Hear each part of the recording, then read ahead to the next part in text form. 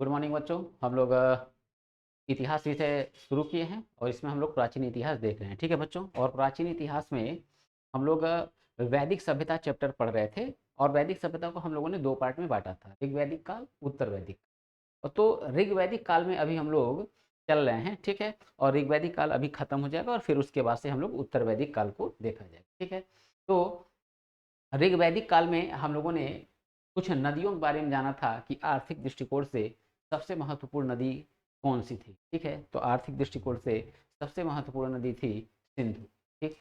फिर हम लोगों ने जाना धार्मिक दृष्टिकोण से कौन सी नदी महत्वपूर्ण थी, तो सरस्वती नदी, जिसे नदियों की माता या नदीतमा या अम्बितमा भी कहते हैं। ठीक। ये बात हम लोगों ने जाना था। और फिर हम लोगों ने जाना था कि ऋग्वेद नामक जो ये ग्रंथ है, इसमें कितनी बार गंगा नदी का उल्लेख है और कितनी बार यमुना नदी का उल्लेख है। तो गंगा नदी का उल्लेख बच्चों एक बार है और यमुना नदी का उल्लेख कितनी बार है, तीन बार। ठीक है। तो ये बात हम लोगों ने कल कवर कर लिया था। ठीक है। अब हम लोग इससे आगे बढ़ते हैं। ठीक है। चलिए। तो नेक्स्ट हम लोग का होगा बच्चों ऋग्वैदिक कालीन समाज।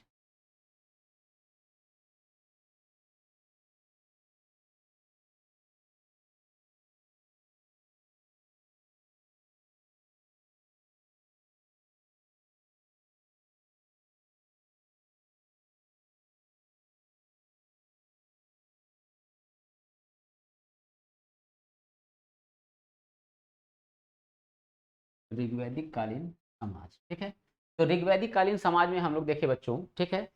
ऋग्वैदिक कालीन समाज, इसमें एक हेडिंग और डाल देते हैं, एवं अर्थव्यवस्था। ठीक है। अर्थव्यवस्था।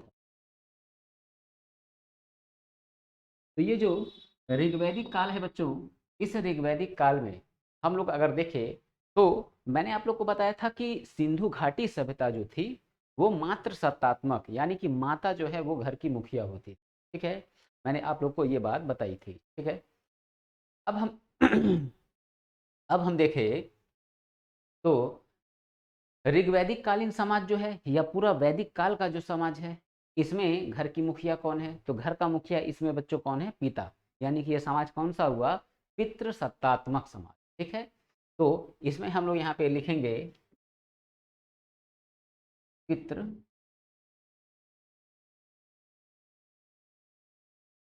सत्तात्मक, पितृ सत्तात्मक समाज या पिता प्रधान, पिता पिता प्रधान समाज। ठीक है। तो पिता प्रधान समाज। ठीक। अब ये जो पिता प्रधान समाज है, तो अभी समाज में जो है कि एक सबसे छोटी इकाई बच्चों परिवार है। ठीक है। ये परिवार जो है, ये बढ़ते बढ़ते क्या होता है, कई परिवार जब मिलते हैं, ठीक है, कई परिवार जब मिलेंगे तो फिर क्या होगा, कई परिवारों के मिलने से बनता है बच्चों गांव। ठीक है। गांव। तो अब बात करें बच्चों इस परिवार, ठीक है, इस परिवार का मुखिया कौन होता था, तो परिवार का मुखिया पिता होता था। ठीक है। जिसको कहते थे गृहपति। ठीक ना, गृहपति। तो यहाँ हम देख ले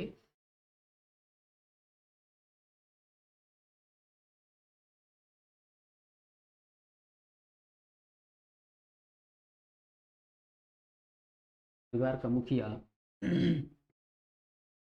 पिता या या गृहपति। ठीक है बच्चों, गृहपति। ठीक। अच्छा। अब ये जो हमारा समाज था, क्या इस समाज में, ठीक है बच्चों, ध्यान रखने की जरूरत है, क्या इस समाज में सती प्रथा, बाल विवाह, ठीक है, विधवा जीवन, ठीक है, इस टाइप की प्रथाएं थी, नहीं थी। ठीक है। तो ये बात हम लोग को यहाँ पे लिखना है।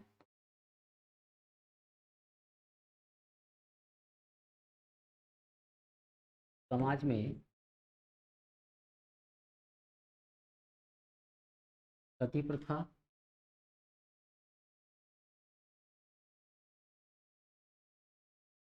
बाल विवाह,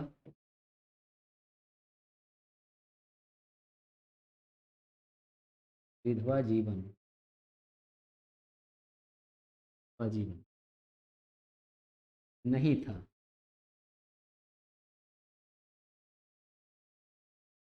परंतु परंतु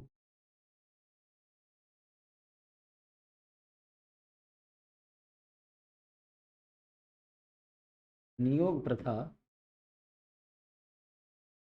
नियोग प्रथा प्रचलित थी, ठीक ना। तो नियोग प्रथा प्रचलित थी।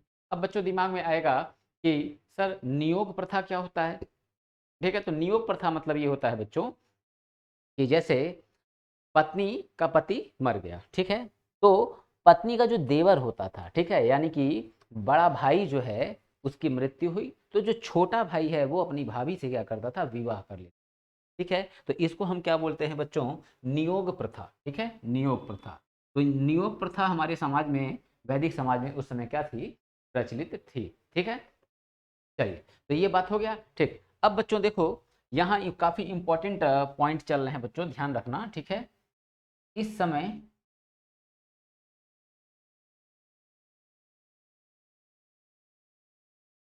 इस समय राजा को राजा को एक उपहार दिया जाता था, दिया जाता था, जिसे बलि बलि कहते थे, जिसे बलि कहते थे। ठीक है, ये इंपॉर्टेंट पॉइंट है बच्चों, जिसे बलि कहते थे। अब ये ध्यान रखना, अब ये बच्चों क्या है, ये जो हमारा ये जो समाज है वैदिक सभ्यता का, यह ग्रामीण समाज था। और ये जो ग्रामीण समाज है, इस समाज को हम कबीलाई समाज भी बोलते थे। तो कई कबीले होते थे, ये कबीले जो है आपस में क्या करते थे, लड़ाई लड़ते थे। ठीक है, तो इन कबीलों में जो राजा नियुक्त होता था, ठीक ना, जनता के मत से नियुक्त होता था राजा। ठीक है, जिसको हम राजा ना कह के उस समय क्या बोलते थे, सरदार। तो कबीले का जो सरदार होता था हम उसको राजा कह ले। तो ये जो राजा होता था, यही राजा क्या करता था, यही राजा बच्चों युद्ध का करता था नेतृत्व, जो कि आगे चल के यही राजा बन जाएगा परमानेंट के लिए राजा, और वंशानुगत हो जाएगा। ठीक है, वंशानुगत हो जाएगा, जो कहलाएगा क्षत्रिय। ठीक ना, क्षत्रिय। तो ये राजा, अब ये राजा लड़ाई लड़ रहा है, तो राजा लड़ाई लड़ रहा है, युद्ध का नेतृत्व कर रहा है, तो जनता जो है सेना रखने के लिए, ठीक है, राजा का जीविका चलाने के लिए अपने पास से स्वेच्छा से कुछ पैसा देती थी। वो पैसा क्या होता था, वही पैसा कहलाता था बच्चों बलि। ठीक ना, बलि, यानी कि बलि एक तरह से कह लो ये एक टैक्स ही है, परंतु टैक्स और बलि में अंतर बस ये हो जा रहा है, जो कि अभी उत्तर वैदिक काल में ये बलि जो है ये बन जाएगा कर यानी टैक्स। अब टैक्स में सिस्टम क्या है, अब टैक्स में सिस्टम ये है बच्चों कि टैक्स देना अनिवार्य होता है। अगर आपने नहीं दिया तो टैक्स चोरी के केस में हम सजा के भी पात्र होते हैं। मगर यहाँ पे क्या है, ये टैक्स का रूप तो है परंतु टैक्स है नहीं। ठीक है, यानी कि क्या, राजा को टैक्स देना है, परंतु अभी क्या है, स्वेच्छा है, आप दीजिए या ना दीजिए। ठीक उसी तरह चंदा टाइप में, समझ लो ना, कि दिया या नहीं दिया, कोई जोर जबरदस्ती नहीं है। ठीक है, तो ये बलि नामक जो है, ये क्या था, ये कर नहीं है इस समय, ये क्या है, राजा को दिया जाने वाला एक ये उपहार है। ठीक है, उपहार है। ठीक, अच्छा, आगे चलते हैं। अब बच्चों देखें, ऋग्वैदिक काल के जो आर्य थे, ऋग्वैदिक काल के जो आर्य थे, इन आर्यों ने सबसे पहली फसल कौन सी उगाई। ऑप्शन में देता है, गेहूं उगाया, चावल उगाया, यव उगाया, या बाजरा उगाया। तो यव मतलब जौ, यव मतलब जौ। ठीक है, तो यहां लिखेंगे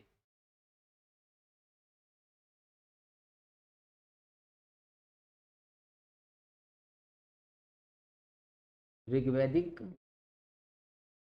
काल के लोग लोग सबसे पहले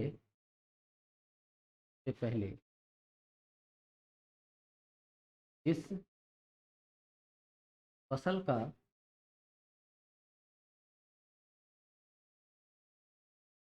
उत्पादन किए उत्पादन किए उसे यव पोस्ट में लिख देंगे यो यो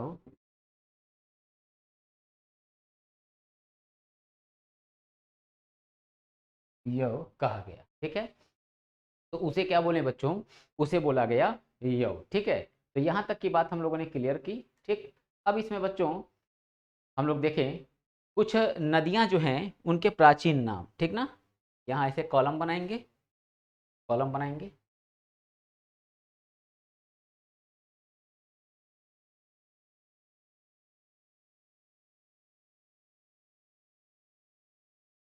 ठीक है, ये हो गया यहाँ पे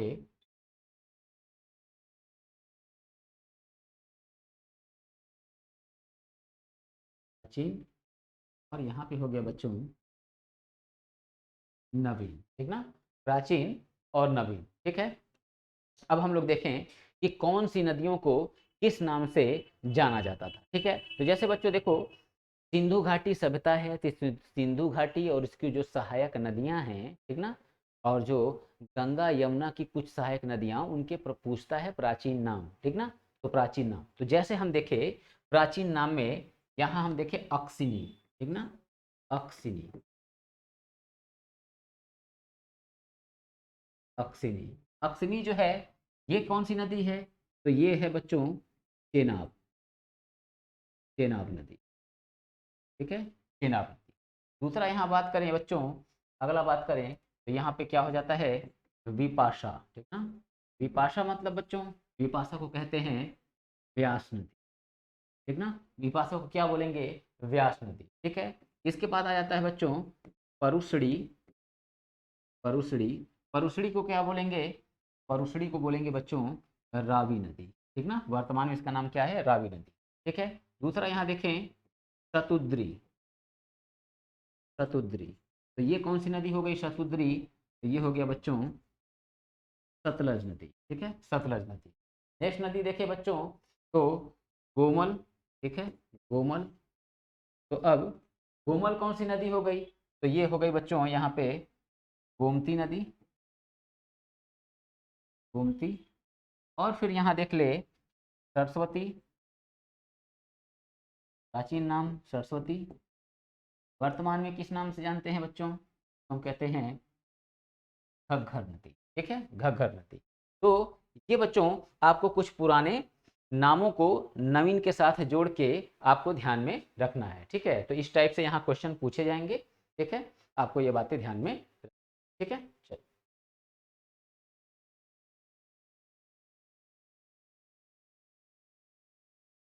ठीक है, अब इसमें देखिए बच्चों कि आगे हम लोग को क्या बात जाननी है। ठीक है, आगे हम लोग को क्या बात जाननी है, तो इसमें बच्चों हम लोग को ध्यान रखना है कि ऋग्वेद में सभा और समिति नामक, ठीक है, दो संस्थाएं हैं जिनको प्रजापति की दो पुत्रियां बोला गया है। ये क्या करती थी, राजा का जो चयन है ये सभा और समिति नामक दो संस्थाएं करती थी। ठीक है, सभा और समिति नामक दो संस्थाएं करती थी, और इन्हें प्रजापति की दो पुत्रियां, ठीक है, प्रजापति की दो पुत्रियां कहा गया है। ठीक है, तो यहाँ पे अब हम देख लें तो लिख देंगे अगला पॉइंट, सभा एवं एवं समिति, सभा एवं समिति नामक दो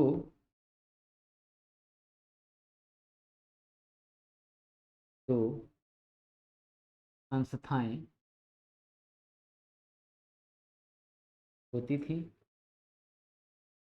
जिन्हें, जो पहले लिख लें राजा का चयन वाला, फिर आगे लिखते हैं जो राजा का, राजा का चयन, जो राजा का चयन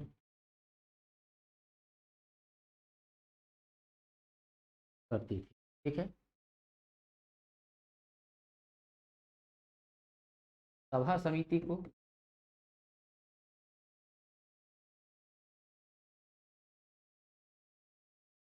प्रजापति की प्रजापति की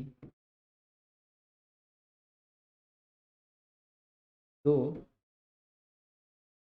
दो प्रजापति की दो पुत्रियां पुत्रियां कहा गया। ठीक है बच्चों, तो ये बात इतनी ध्यान में रखनी है। अच्छा, अब ऋग्वैदिक काल का जो धार्मिक स्थिति है बच्चों, जरा इसको देख लिया जाए। यहाँ हो गया हेडिंग धार्मिक स्थिति। ठीक है, धार्मिक स्थिति। तो धार्मिक स्थिति की बात करें तो इस समय के सबसे महत्वपूर्ण देवता कौन थे बच्चों?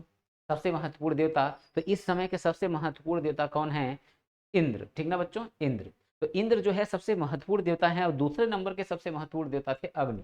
ठीक है, जिन्हें यज्ञ का देवता बोलते थे। ठीक है, जिन्हें क्या बोला जाता था? यज्ञ का देवता। वहीं पे जब हम उत्तर वैदिक काल में पहुंचेंगे तो उत्तर वैदिक काल में हम देखेंगे क्या, जो इंद्र हैं, इंद्र का स्थान ले लेंगे प्रजापति। ठीक है, इंद्र का स्थान ले लेंगे प्रजापति, और इंद्र जो है वो प्रथम स्थान के देवता नहीं रह जाएंगे। ठीक है, तो ये हम लोग कहाँ देखने को मिलेगा बच्चों?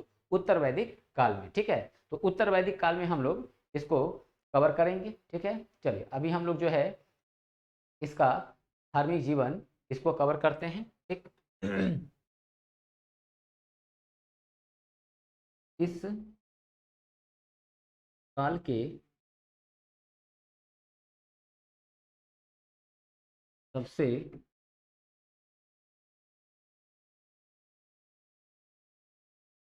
महत्वपूर्ण महत्वपूर्ण देवता इंद्र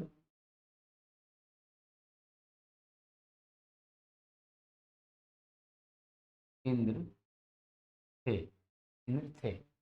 ठीक है, इंद्र थे। लिख दे दूसरे दूसरे महत्वपूर्ण महत्वपूर्ण देवता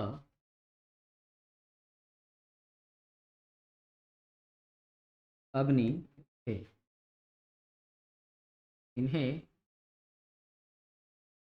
यज्ञ का देवता इन्हें यज्ञ का देवता कहा जाता था। ठीक है, यज्ञ का देवता कहा जाता था, और इनको बच्चों इनको कहते थे पुरंदर।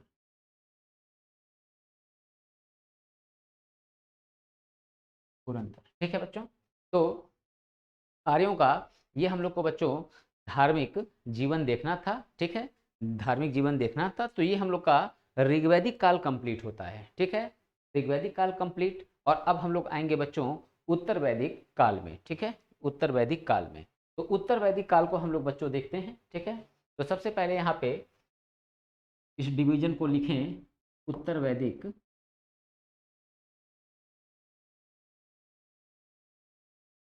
उत्तर वैदिक काल। समय अगर देखें हम, तो समय बच्चों हो जाएगा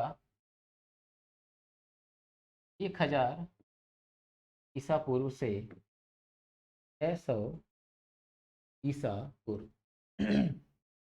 600 ईसा पूर्व। ठीक है, तो ये बच्चों टाइमिंग हो जाएगी। ठीक, और ये चैप्टर जो है बच्चों ये बहुत लंबा नहीं है। ठीक है, यहाँ पे कॉन्सेप्ट बहुत अच्छा है।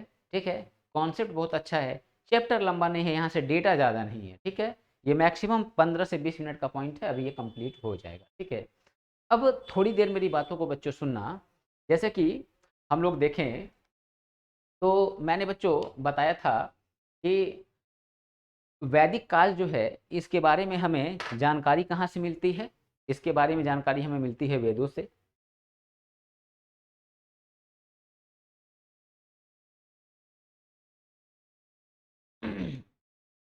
इसके बारे में जानकारी हमको मिलती है वेदों से। ठीक, इन वेदों के द्वारा हम मुख्यतः किसके बारे में अध्ययन करते हैं?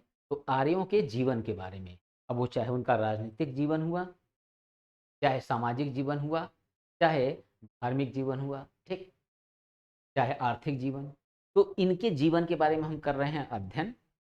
तो अब ये जो आर्य हैं, इनका डिवीजन टाइम के अनुसार जो है डिवीजन किया गया है। क्यों किया गया है, अभी हम लोग उस बात को समझा जाएगा।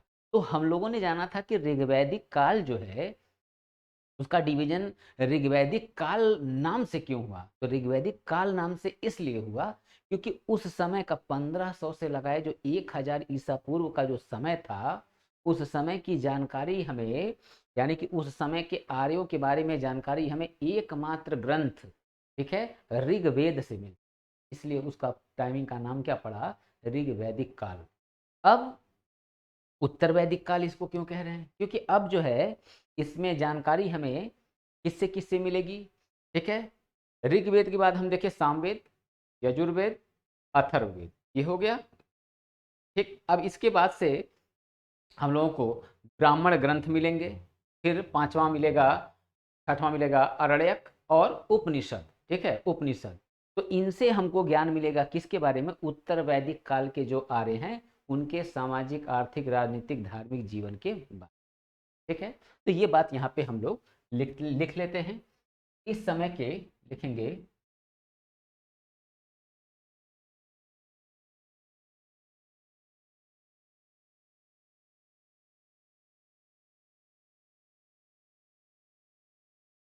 समय के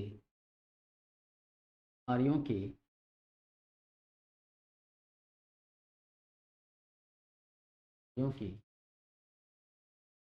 जीवन के बारे में, जीवन के बारे में जानकारी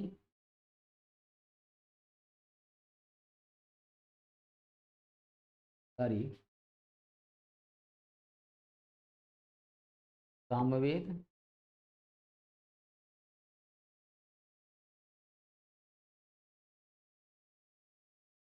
यजुर्वेद,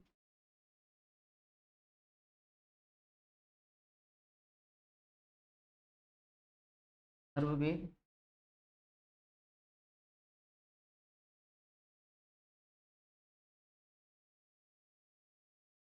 ब्राह्मण ग्रंथ,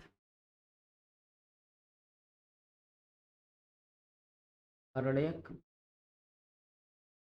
तथा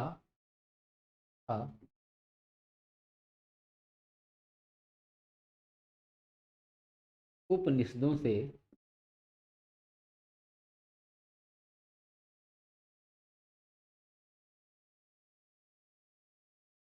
प्राप्त होती है, ठीक है बच्चों। तो यहाँ पे ये बात बच्चों होता है क्लियर, ठीक है। चलिए, तो ये बात क्लियर होता है। अब इसमें हम लोग आगे देखते हैं, ठीक है, ठीक। अब ऋग्वैदिक काल के जो आर्य हैं उनका भौगोलिक विस्तार देखें, ठीक है, उनका भौगोलिक विस्तार देखें। तो भौगोलिक विस्तार देखते हैं हम बच्चों, तो ये कहाँ से कहाँ तक फैल जाएंगे। अब भौगोलिक विस्तार में हम देख लें,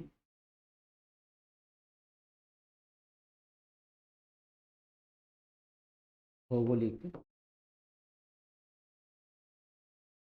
विस्तार, ठीक है, भौगोलिक विस्तार।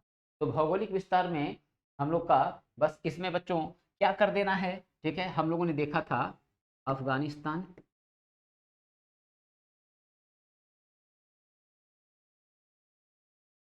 अफगानिस्तान, ठीक है, पाकिस्तान,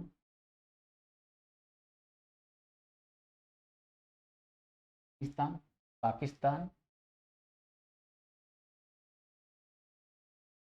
उत्तर प्रदेश, उत्तर प्रदेश, ठीक है, बिहार, ठीक है। इसमें बच्चों पाकिस्तान कहा तो पंजाब वगैरह का क्षेत्र इसमें सम्मिलित है, ठीक है, पंजाब वगैरह का क्षेत्र जो है इसमें सम्मिलित हो गया, ठीक है। तो ये उत्तर वैदिक काल के जो आर्य हैं उनका क्षेत्र है, यानी कि हम इसको हम इसको बाई मैप्स अगर समझ लें, बाई मैप, तो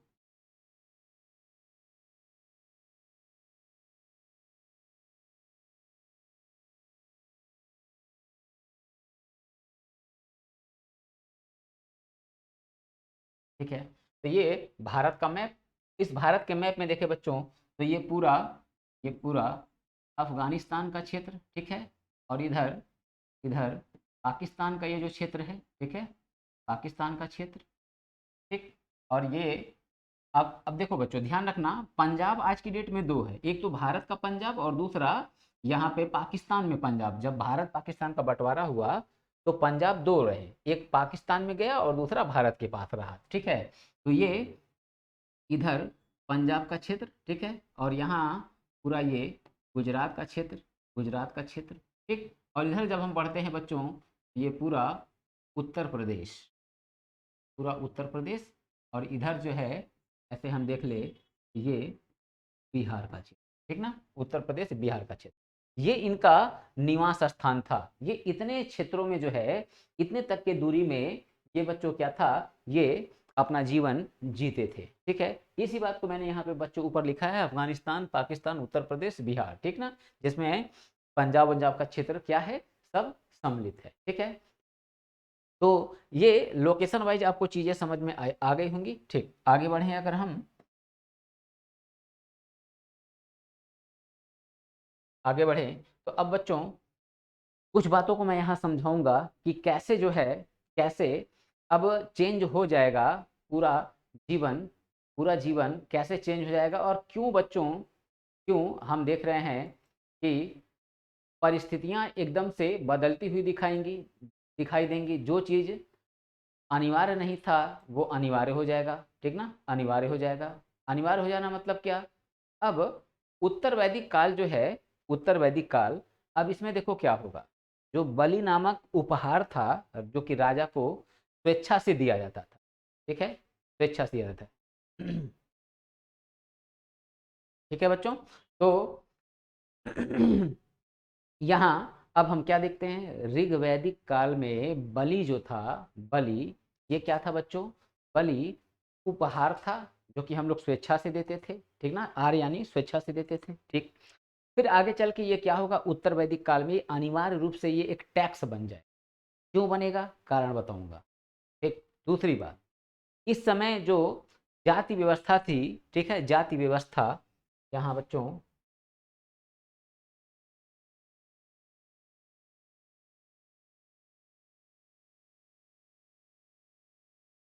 चलिए मैं यहाँ पे मेंशन कर दूंगा,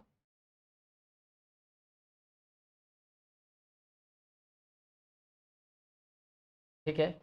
इस समय बच्चों जो ऋग्वैदिक काल में जाति व्यवस्था का जो आधार था वो होता था कर्म। जाति व्यवस्था का आधार बच्चों क्या था, कर्म था। अब कर्म का मतलब क्या है कि अगर मैं मान लो ब्राह्मण हूँ और मैं शिक्षा दे रहा हूँ, तो मेरा काम शिक्षा देना, मैं शिक्षा दे रहा हूँ। वहीं अगर मेरा बच्चा, ठीक है, वहीं अगर मेरा बच्चा अगर जाके मोची गिरी का काम कर रहा है, जूता चप्पल सिल रहा है, तो मैं तो ब्राह्मण हूँगा, मगर मेरा बेटा जो है वो क्या हो जाएगा बच्चों, वो हो जाएगा शूद्र, ठीक ना, वो क्या हो जाएगा बच्चों, शूद्र हो जाएगा वो। तो जाति व्यवस्था का जो आधार था वो क्या था, वो था बच्चों कर्म, ठीक है, कर्म।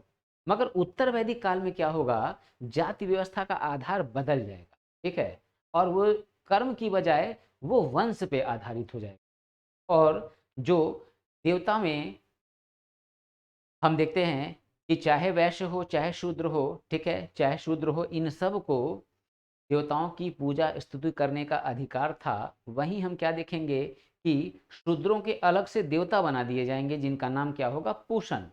अब ये परिवर्तन बच्चों आ क्यों रहा है, ठीक है, अगर इस परिवर्तन को समझना है तो हमें यहाँ पे कॉन्सेप्ट को समझना होगा, ठीक है। देखो जैसे हम बात करें बच्चों, होता क्या है कि प्रतापगढ़ जो क्षेत्र है, प्रतापगढ़, प्रतापगढ़, यहाँ पे एक स्थान है अतरंजी खेड़ा,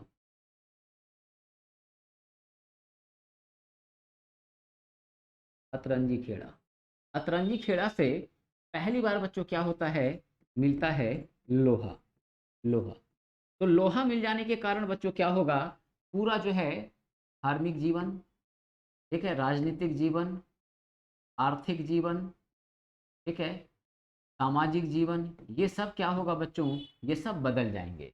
और लोहे की वजह से क्यों बदल जाएगा, लोहा मारेगा पूरी तस्वीर को बदल के रख देगा।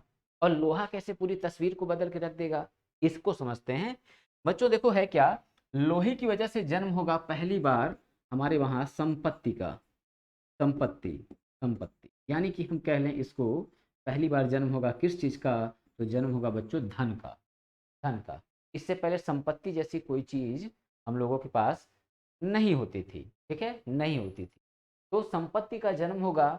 अब इस संपत्ति पे अपना वर्चस्व जमाए रखने के लिए, इस संपत्ति पे अपना अधिकार प्राप्त रखने के लिए, ठीक है, विभिन्न विभिन्न वर्ग के लोग क्या करेंगे, चीजों को अपने अनुसार डिफाइन करना शुरू कर, समझ रहे हो बच्चों, अपने अनुसार उसको डिफाइन करना शुरू करेंगे।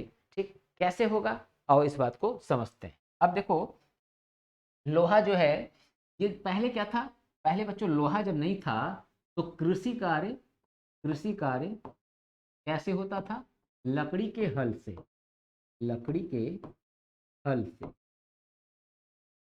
कृषि कार्य कैसे होता था, लकड़ी के हल से, ठीक है। अब लकड़ी का हल जो है वो बच्चों जमीन की अंदर तक खुदाई नहीं कर पाता था, वो टूट जाता था। और जो बैल है वो क्या करता था, उसी से, बैलों के सहारे खुदाई होती थी जमीन की। तो अब अंदर तक खुदाई ना हो पाने की वजह से जब हम लोग फसल को बोते थे तो तेज हवा तेज बारिश की वजह से पेड़ जो है, पौधे जो हैं, वो क्या होता था, वो गिर जाते थे, ठीक है। जिसके कारण उत्पादन जो है, ये जौ, गेहूं, चावल, इनका उत्पादन जो है वो क्या होता था, वो कम रहता था। तो ऋग्वैदिक काल के लोग अपना पेट कैसे भरते थे, तो गाय जो है उसका दूध दही, ठीक ना, दूध दही मट्ठा उसका यूज करते थे। और उसके बाद जो फसल होते थे उस फसल का अनाज जो है उसको खा के अपना पेट भरते थे। परंतु जब लोहा आ गया तो लोहे ने क्या किया, कृषि के प्रोडक्शन को, उत्पादन को बढ़ा दिया। अब लोहा अंदर तक लगा खेत की जुताई करने, और जब अंदर तक लगा खेत की जुताई करने तो तेज हवा और बरसात में जो पेड़ होते थे, ठीक ना, पौधे जो होते थे, जौ के, गेहूं के, बाजरे के, मक्के के, चावल के, वो गिरते नहीं थे, ठीक है, गिरते नहीं थे। तो हुआ क्या, उत्पादन बच्चों बढ़ गया। अब जब उत्पादन बढ़ गया तो पहले समझना जरा यहाँ, पहले आवश्यकता होती थी एक परिवार को एक साल में, मान लो ऐसे एग्जाम्पल दे के हम समझ लें, एक परिवार को 10 बोरी गेहूं की जरूरत थी एक साल के लिए, ठीक है। परंतु उत्पादन हो पा रहा था कितना, 7 बोरी हो पा रही थी। तो अब 3 बोरी की जो आवश्यकता है ये कैसे पूरी हो रही थी, यानी कि हमें 5 रोटी की भूख है और हम 3 रोटी ही प्राप्त कर पा रहे हैं। तो अब 5 रोटी की भूख कैसे हम शांत करें, तो यहाँ पे क्या है, दूध, दही, मक्खन, ये सब खा के, ठीक ना, ये सब खा के, ये सब 5 रोटी का जो भूख है हम उसे क्या करते थे बच्चों, शांत कर, ठीक है, उसे शांत कर। मगर अब देखो क्या हुआ, लकड़ी के हल की जगह जब लोहे का हल आ गया तो लोहे के हल ने कृषि के प्रोडक्शन को बढ़ा दिया। अब 10 बोरी की जरूरत थी तो 10 बोरी तो हुआ ही बच्चों, ये 12 बोरी होने लगा, ठीक है, 12 बोरी। तो अब देखो ये जो 2 बोरा एक्स्ट्रा आ रहा है, जो 2 बोरा अधिशेष, यानी हम कह ले सरप्लस, अधिशेष, यही अधिशेष अब बच्चों क्या करेगा, यही अधिशेष जो होता है ये बन जाता है संपत्ति, ठीक है ना, संपत्ति।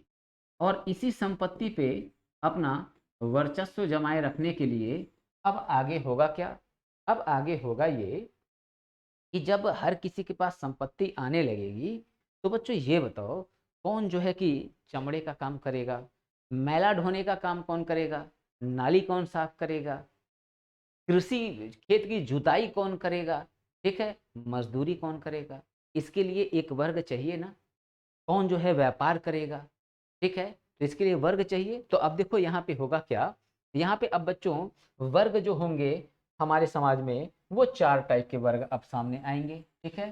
4 टाइप के ये वर्ग जो है ऋग्वैदिक काल में भी थे, परंतु उस समय की परिस्थितियां अलग थी। अब देखो यहाँ क्या होने जा रहा है, ठीक है। तो अब देखो यहाँ पे ऋग्वैदिक काल लिखा, ऋग्वैदिक काल, उत्तर वैदिक काल, उत्तर वैदिक, ठीक है। तो ऋग्वैदिक काल में अब देखो बच्चों क्या हो, ऋग वैदिक काल में क्या होगा। यहाँ देखो इस समय भी समाज चार वर्णों में बटा हुआ था। 4 वर्णों में, एक वर्ण जो है ब्राह्मण, दूसरा वर्ण जो है ये था क्षत्रिय, तीसरा वर्ण जो है वैश्य, और चौथा जो है शूद्र। शूद्र।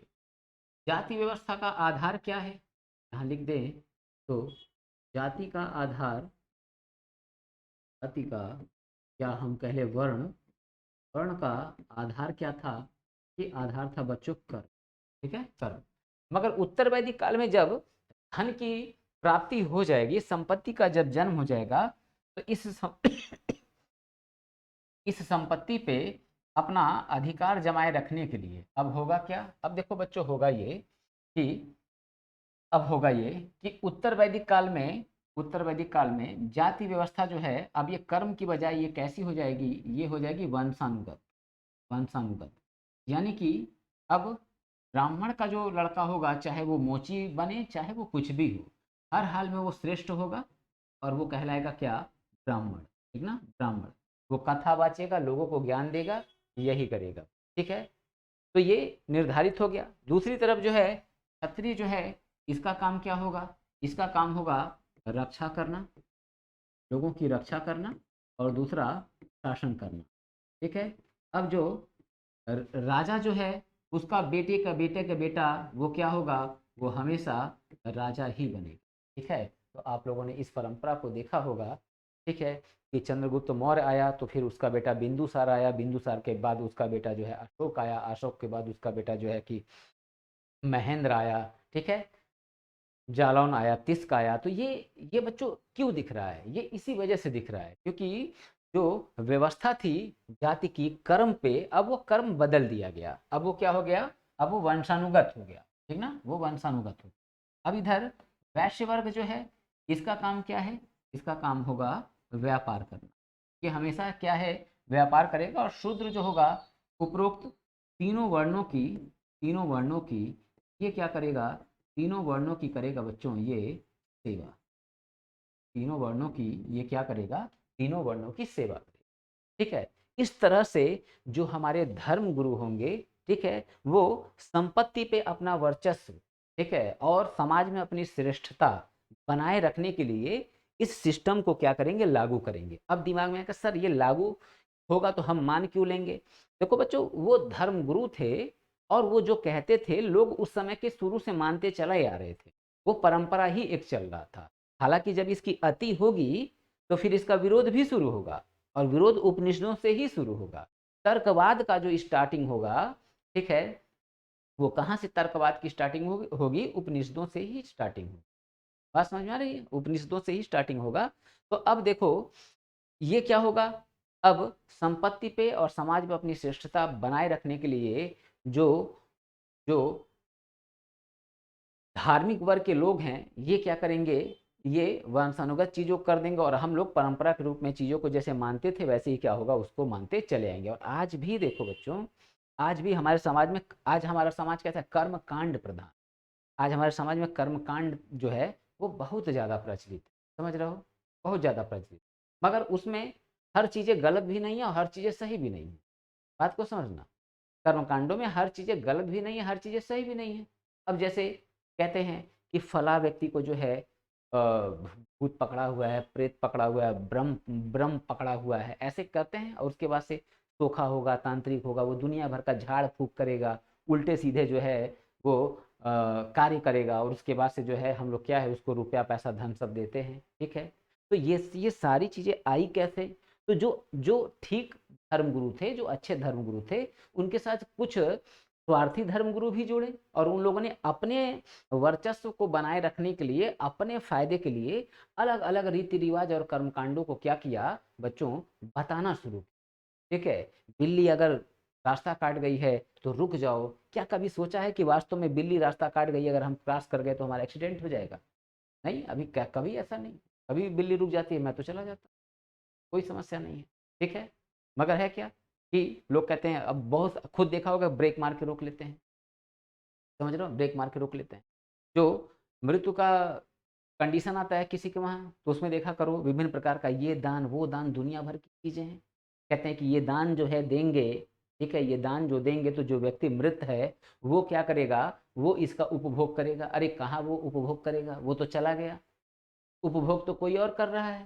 समझ रहे हो, यहाँ ध्यान रखना बच्चों, इतिहास विषय के अगर विद्यार्थी हो तो अगर दिमाग में ये लेके बैठे हो और वीडियो अगर देख रहे हो और ये मान के देख रहे हो कि हम ब्राह्मण हैं, क्षत्रिय हैं, वैश्य हैं, शूद्र हैं, तो फिर जो है ये वीडियो आपको कहीं ना कहीं क्या है, वो प्रॉब्लम देगा। प्रॉब्लम देना मतलब ये लगेगा कि मैं आपकी भावनाओं को आहत कर रहा हूँ, जबकि रियलिटी ऐसा नहीं है। ठीक है, मैं उत्तर वैदिक काल ऋग्वैदिक काल में मैं जन्म नहीं लिया था। ठीक है, कि मैं जो है उल्टी सीधी बातें मैं आपको बता रहा हूँ।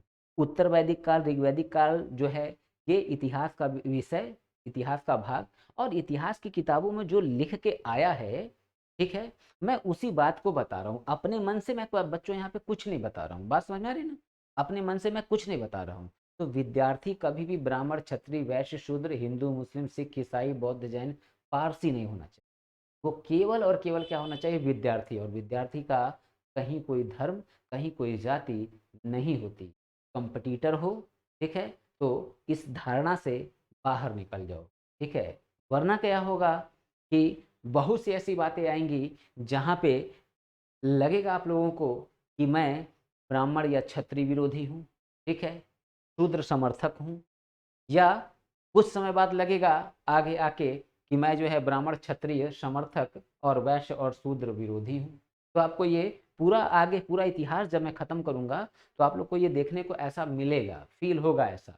तो वो देखो मैं बच्चों नहीं बता रहा हूँ, वो इतिहास में चीजें हैं, ठीक है, जिसको आम तौर पे टीचर बताता नहीं है। समझ रहे हो, तो मैं भी बहुत ज्यादा चीजों को नहीं बताऊंगा, एक लिमिटेशन तक बताऊंगा ताकि आप क्वेश्चन को सॉल्व कर लो, कॉन्सेप्ट के सारे क्वेश्चन को सॉल्व कर लो, बस मैं वो बताऊंगा। ठीक, अब देखो क्या है, तो ये सिस्टम क्यों लाया गया। अब देखो ये सिस्टम इसलिए गया संपत्ति पे क्या हो, हमारा वर्चस्व बना रहे। और देखो इसीलिए होगा क्या, इसीलिए होगा क्या, विभिन्न विभिन्न प्रकार के यज्ञों का बच्चों किया जाएगा आयोजन। वो विभिन्न विभिन्न प्रकार के यज्ञ के किए जाएंगे आयोजन। ठीक है, जैसे हम देखें वाजपेयी यज्ञ, ठीक है, सौरसेन यज्ञ, सौरसेन यज्ञ, ठीक है, फिर हम बात करें बच्चों अश्वमेघ यज्ञ, ठीक है, अश्वमेघ यज्ञ। तो ऐसे जो है बहुत से यज्ञों के आयोजन किए जाएंगे और उन यज्ञों में क्या होगा, उन यज्ञों में व्यापक पैमाने पे चढ़ावा चढ़ाया जाएगा। और वैश्य वर्ग जो है चढ़ावा कौन चढ़ाता था, वैश्य वर्ग ही ज्यादा चढ़ावा चढ़ाता था, और जो क्षत्रिय है वो ब्राह्मणों को दान करता था। वैश्य वर्ग ही जो है टैक्स अदा करता था।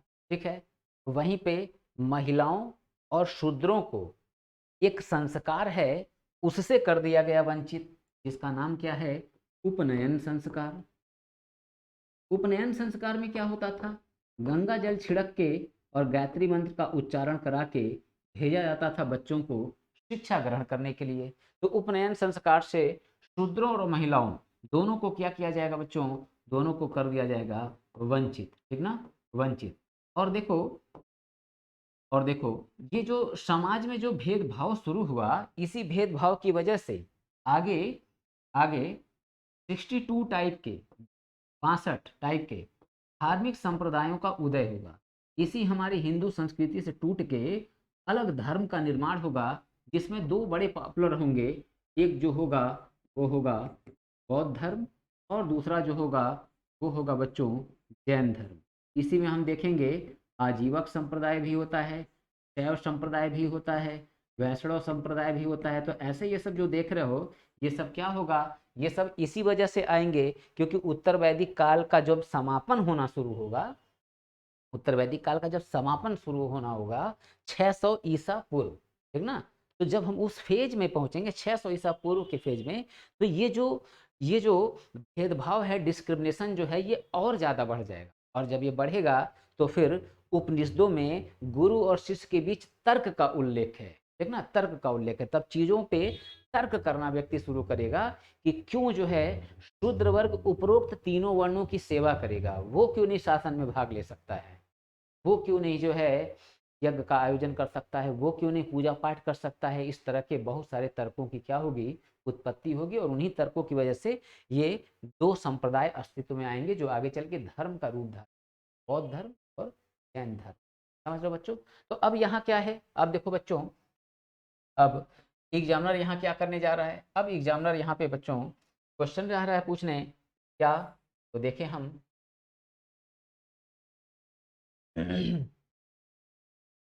ठीक है, क्वेश्चन देखे तो देखो, ऋग्वैदिक काल, ठीक है, वहां पे जाति व्यवस्था का आधार कर्म था, तो उत्तर वैदिक काल में, उत्तर वैदिक काल में क्या होगा, तो जाति व्यवस्था,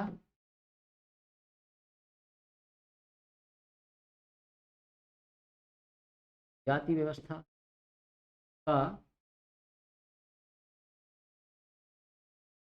का आधार क्या हो जाएगा, यहाँ पे जाति व्यवस्था का आधार जो है वंश हो जाएगा। ठीक है बच्चों, वंश हो जाएगा। ठीक, फिर बात करें, जाति व्यवस्था का आधार वंश हो गया। अब बलि नामक जो कर है, उपहार जो था वो क्या होगा, वो नियमित कर हो जाएगा। तो यहाँ पे हम देखें तो बलि नामक, बलि नामक उपहार अब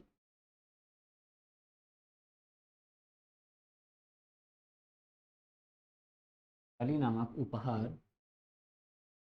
अब नियमित कर, नियमित कर हो जाएगा। बलि नामक उपहार अब क्या हो जाएगा बच्चों, ये नियमित कर हो जाएगा, जो जो मुख्यतः वैश्य वर्ग,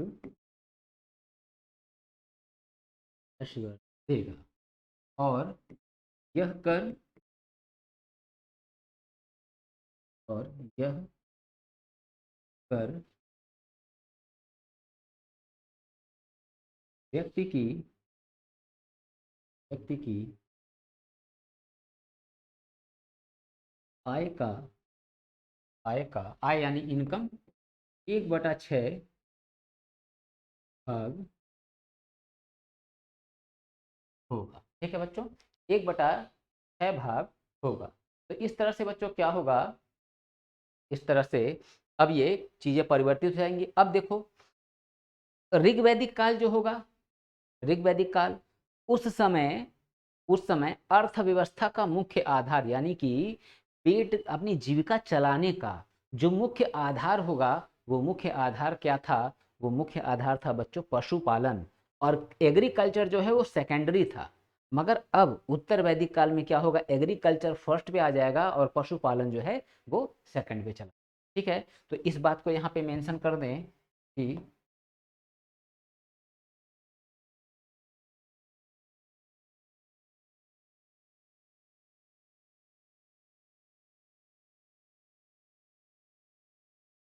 अर्थव्यवस्था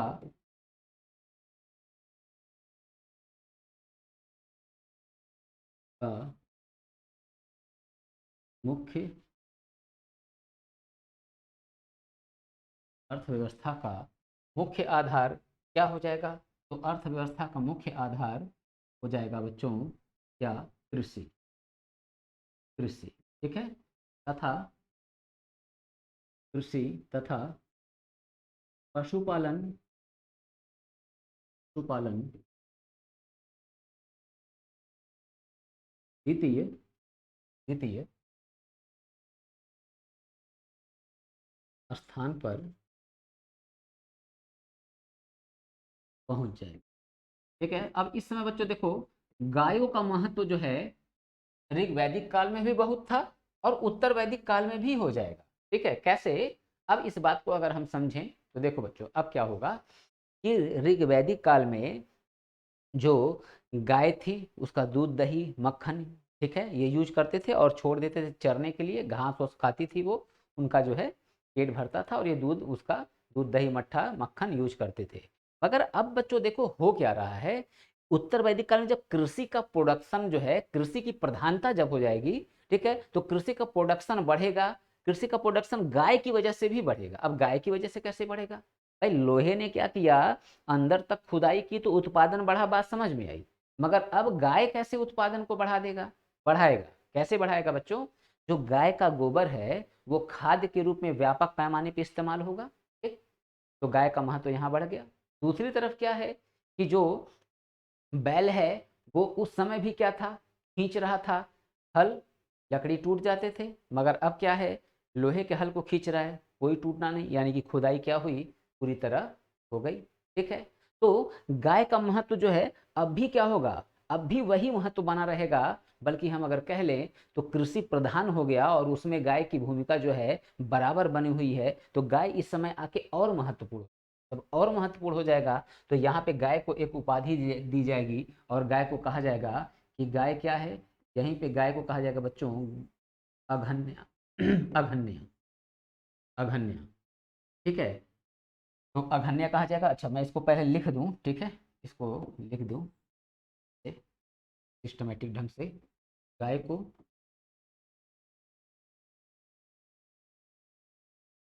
गाय को इस काल में, इस काल में माता या या या अघन्य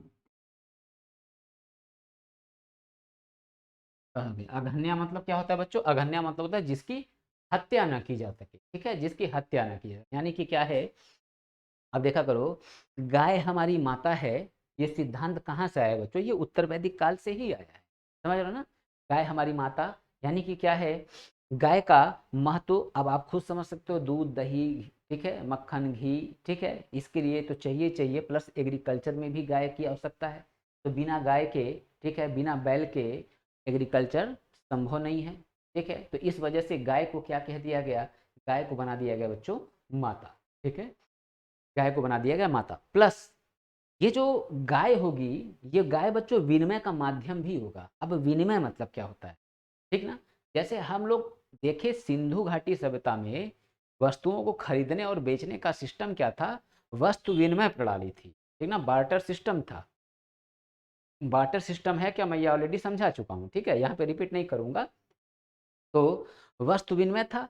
अब यहाँ पे क्या होगा, अब यहाँ पे यह हो जाएगा कि गाय के बदले अब हमको मिलेगा सामान, यानी कि अब अगर हमको 10 किलो गेहूँ, 10 किलो चावल, 10 किलो जौ, ठीक है, 5 किलो सरसों अगर चाहिए, तो हमने क्या किया, एक गाय जो है उठा के दे दिया और एक कीमत लगाया कि इस गाय को अगर हम दे रहे हैं तो बदले में हमें क्या क्या अनाज मिल सकता है। तो उतना अनाज जो है वो मिल जाता। तो पहली बार, ठीक है, विनिमय का माध्यम बच्चों क्या बना, विनिमय का माध्यम बना गाय, ठीक ना, गाय। तो यही बात बच्चों हम लोग को लिखनी है, ठीक है, कि इस समय गाय, गाय विनिमय का, विनिमय का माध्यम बनी, ठीक ना, गाय क्या हुई, विनिमय का माध्यम बनी। ठीक है, अच्छा, अब लोहा जो है, मैंने अभी थोड़ी देर पहले बताया था बच्चों कि लोहे का साक्ष्य हमको कहाँ से मिलेगा, अतरंजी खेड़ा, ठीक ना, प्रतापगढ़ जो है वहाँ पे है, एटा जिला, वहीं पर अतरंजी खेड़ा नामक स्थान। ठीक, तो अब इस बात को कवर करते हैं।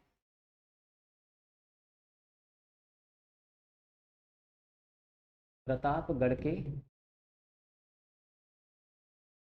एटा जिले में, एटा जिले में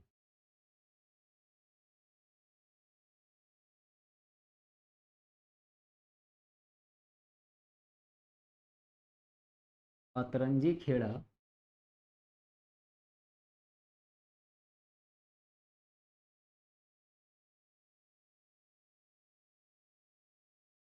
नामक स्थान से, अतरंजी खेड़ा नामक स्थान से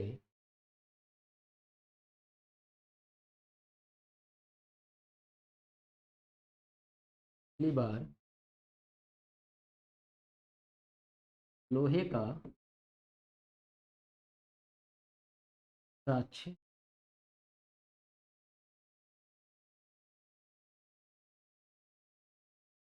प्राप्त होगा, ठीक ना। लोहे का साक्ष्य क्या होगा बच्चों, प्राप्त होगा, ठीक है। तो ये बात क्लियर, ठीक। अब इसमें एक बात और विशेष है, ये जो लोहा है इसका बच्चों अलग से नामकरण था, लोहा नहीं कहते थे उस समय, ठीक है। लोहा नहीं कहते थे, क्या बोलते थे उस समय, इसको बोला जाता था लोहे को, लोहे को श्याम अयस तथा कृष्ण अयस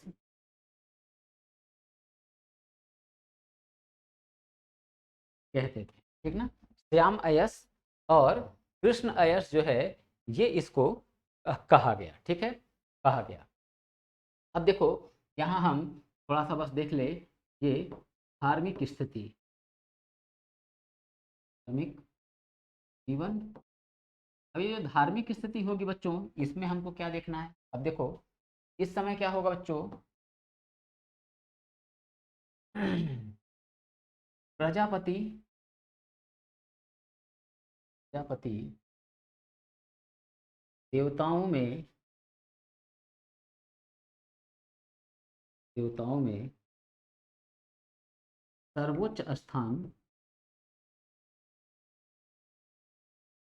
सर्वोच्च स्थान प्राप्त की, और इन्हें, इन्हें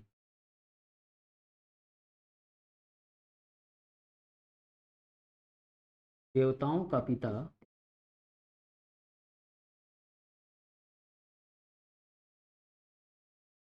कहा गया, और इन्हें देवताओं का पिता कहा गया, ठीक है बच्चों। तो ये हो जाते हैं बच्चों देवताओं के पिता, ठीक है, देवताओं के पिता, ठीक।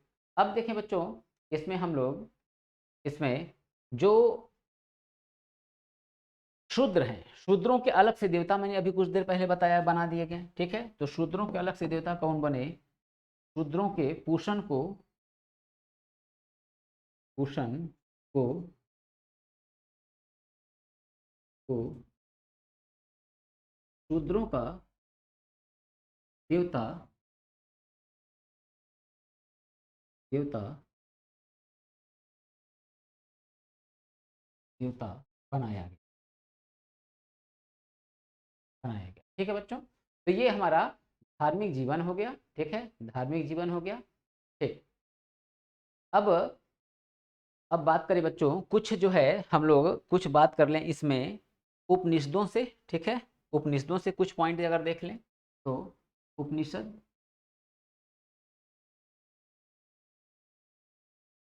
उपनिषद, ठीक है। तो देखो भारत का आदर्श वाक्य, भारत का आदर्श वाक्य क्या है, सत्यमेव जयते। भारत का आदर्श वाक्य सत्यमेव जयते, यानी सत्य की विजय होती, सत्यमेव जयते। मुंडको उपनिषद, मुंडकोप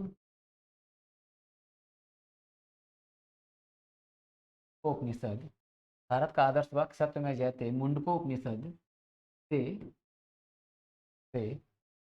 दिया गया,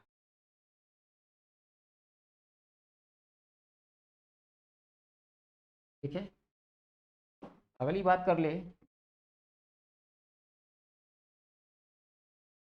उपनिषदों में सबसे बड़ा, से बड़ा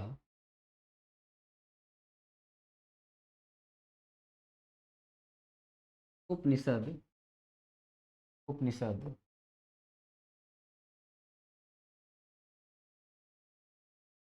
बृहदारण्यक,